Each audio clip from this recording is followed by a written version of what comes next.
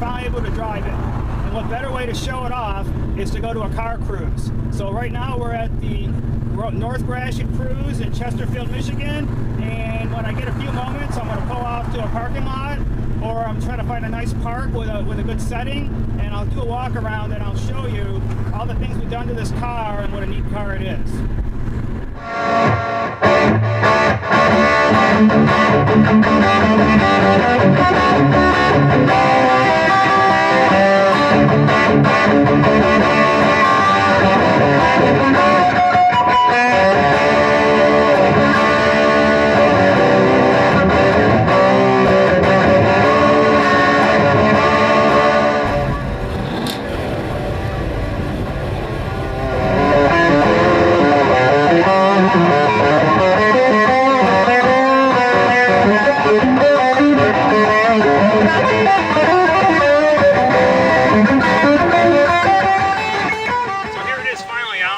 Our 68 Mercury Montego project.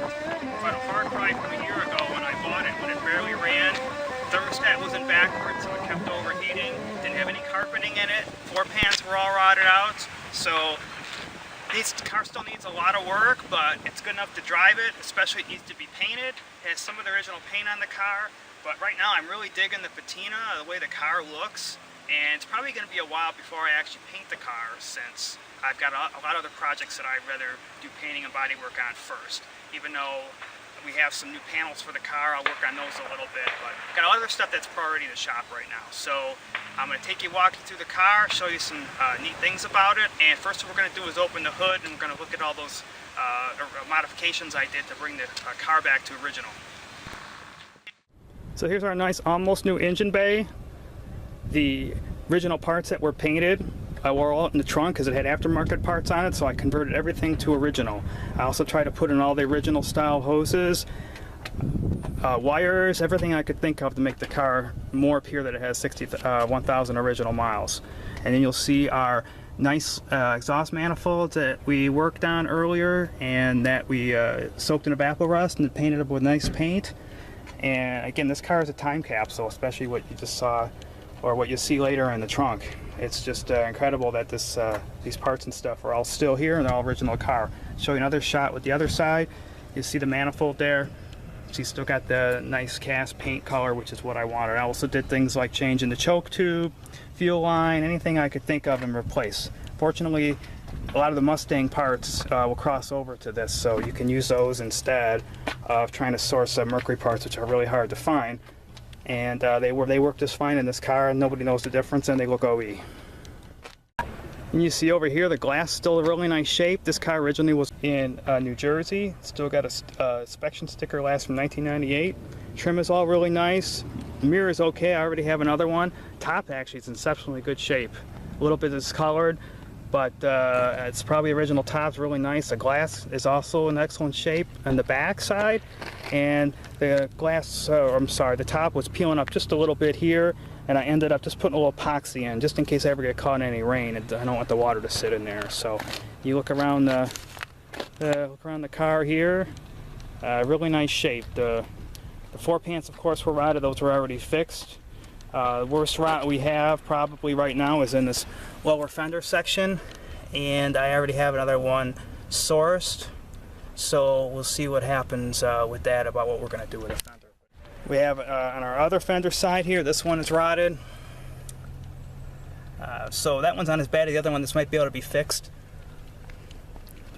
And this is just surface rust, but the quarter panel here is got some rust. I'm pretty sure from that stripe side up that this was repainted at one time, and that's why it's rusting, because it just wasn't prepped right. Maybe they just painted it over bare metal, I don't know, but it definitely wasn't a good prep job.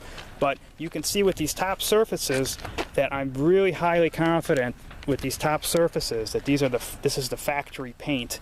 And I can see that by the blend line on where that stripe is. But you see areas like right here, this has got that red oxide that the factory would use back in '68, and also the same color you even see in the trunk. It's got the similar, hard to see them out in the light, but it's got that similar, almost exact shade. It's a little bit duller, of course, but it's almost got the exact shape, so I'm fairly confident that that it's the original paint, especially up in here as well. You can see I've got the same kind of wear marks where it looks like it's just down to the red oxide primer there, which is what they used in '68.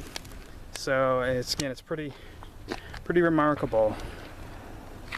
I'm going to take you around, and I'm going to take you to the and show you what we did in the interior. So inside the car, interior is in okay shape.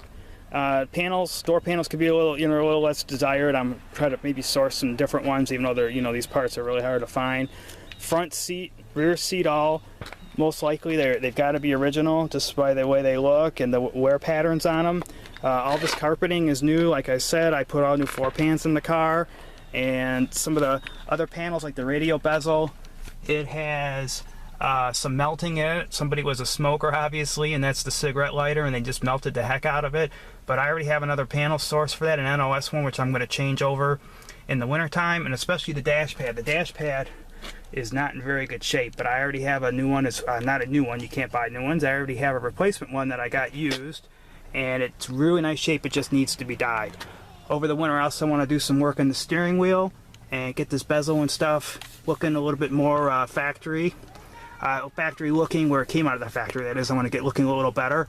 And then finally, you'll see we just rolled over 60,000 miles to 61 as I was driving it around. So the stuff that I've seen on this car, I believe that is to be original. I don't have any documentation for it, but I believe that's the original mileage. One also thing I didn't mention about the engine was that the engine has got the original VIN number stamped on the back of it. So this is the original engine with the car, most likely the original transmission, which I don't think has ever been out of the car as well. You see in the trunk here, we've got of course not the original spare tire, but we've got original wheel, we've got the original jack, all the equipment is here, all the posts, everything you need that came with the car. Another nice thing, it says a replacement mat that I put in, but you can actually see both sides of the trunk, and in the back and the front, and all had the original paint in the car when it was born. So it's pretty incredible. Trunk's in beautiful shape. The drop-offs on the side here need to be replaced, but we're going to do that and eventually do the body work. So I'm going to do a quick shot of the floor pans. I don't know how much you're going to see, but all the floor pans are new, and I took some 3M undercoating that goes on very thin, and I just coated all the pans once I got it done. I did that so I don't have to be too careful with grinding the welds down.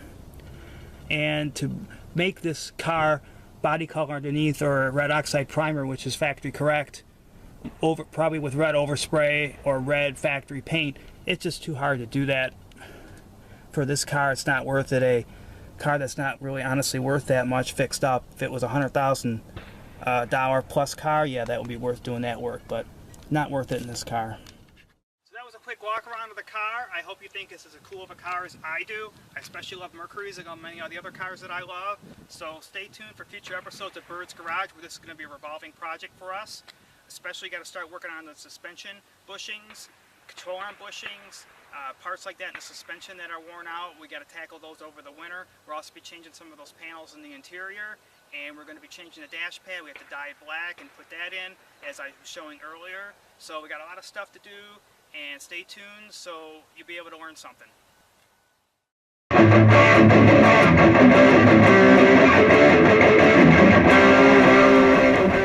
So I got lucky looking on the internet one day, and I found this original 1968 Montego Fender. Now, the 1968 Fenders are unique because they have this marker light in the upper location. It's a 1 year only. In 1969, they moved them down to the bottom, and then in 1970, they changed the Fender completely. So I had to ship from North Carolina. Definitely a much bigger improvement than what we're working with, because you can see then down at the lower end of the fender, which is really bad on our current project car. This one just has light surface rust, so hopefully once it's cleaned up, we have something good to work with. Another problem though with this fender is they did a really bad bump job right here. Looks like the fender was hit in really hard and they just used body filler over it. That's definitely not the right way to do that. You only can get safely away with about using a 1/4 inch of filler. So once we get that back, I'll show you how to properly bump that out, and so we can just be able to use a light skim coat of filler. So this fender now off to the media blaster, and once we get it back, then we can see what we're working with. Hopefully we have all good metal. So we just got our 1968 Mercury Montego driver's side fender back, and you can see the big difference of what the Media Blaster does and how well it cleaned up all this fender to bare metal. But what it actually did is it cleaned it up too good, because there's some major surface rust on the outside, and what it ended up doing is, because they do the inside and outside, is it created some holes where the metal was really thin up in this front area. And we saw before this had a lot of rust to it anyways, and that's not too bad to work with. There's some minor holes there. And then the back side here, besides the body damage that we have to fix, there's some holes that we can fix this though. So it's not that really bad a shape. It's a little more worse than I thought it would be. What area I really need and was worried about is this bottom fender, and you can see how nice and clean that is with no rust at all. And what I've already shown before is our current project car, how rotted the fender is. So I could actually slice this off about, right here, and I could weld it onto the other side, but I probably won't do that. I'll probably just work with this fender. So the next step now is we got to clean it up with some Prep Sol, wax and grease remover, and then I'm going to spray some epoxy primer on here.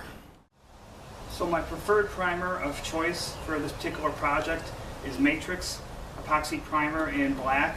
I like using black, so once you put it on, you'll be able to see all the imperfections better. And my ultimate number 1 choice for refinishing products is PPG, but PPG's gotten really expensive lately. Matrix epoxy primer is a very, very close formula to the PPG, but it's a lot cheaper. So and this stuff lays down really good. Sorry, this oil can I have, and I know you can't see it very well, but this is the MP 90 epoxy primer in black. And then you use it with the activator and then the reducer to thin out a little bit so it sprays better. So again, I'm going to clean this up right now, and I'm going to spray the primer, and then we can work on the fender from there. So here's our fender, freshly primed with the Matrix epoxy black primer, and you can see why I like to use black, because it really shows a lot of different things. The worst area, which we already looked at, was this front, and it definitely got a lot of pinholes in it. And we got that big dent that we saw, and then we also have little pinholes. This metal is kind of thin in here because it was rusted. So I don't know what I'm going to do then with this fender. I did want to use it, but maybe I will just cut that bottom back half off behind the front tire and section it. So a little bit of a disappointment. I thought we'd be much more better with this fender. The other alternative, of course, is to find another fender if we can actually find one. Like I already showed, the fender in that lower section is really, really bad on the car, but the rest of the fender is actually in real good shape. It's actually much better than this one, so maybe we'll try to piece them together. Probably be a lot less work than working with this one. So I don't know, we're going to save that for another day and worry about that when we start working on the body here coming up. Probably not for another year or so yet, but I do want to work on these panels and a door that I already have set aside, and still drive the car, and we can just work on these panels loose. So in the coming shows, I will definitely show you the proper mixing procedures and how to lay down this epoxy primer.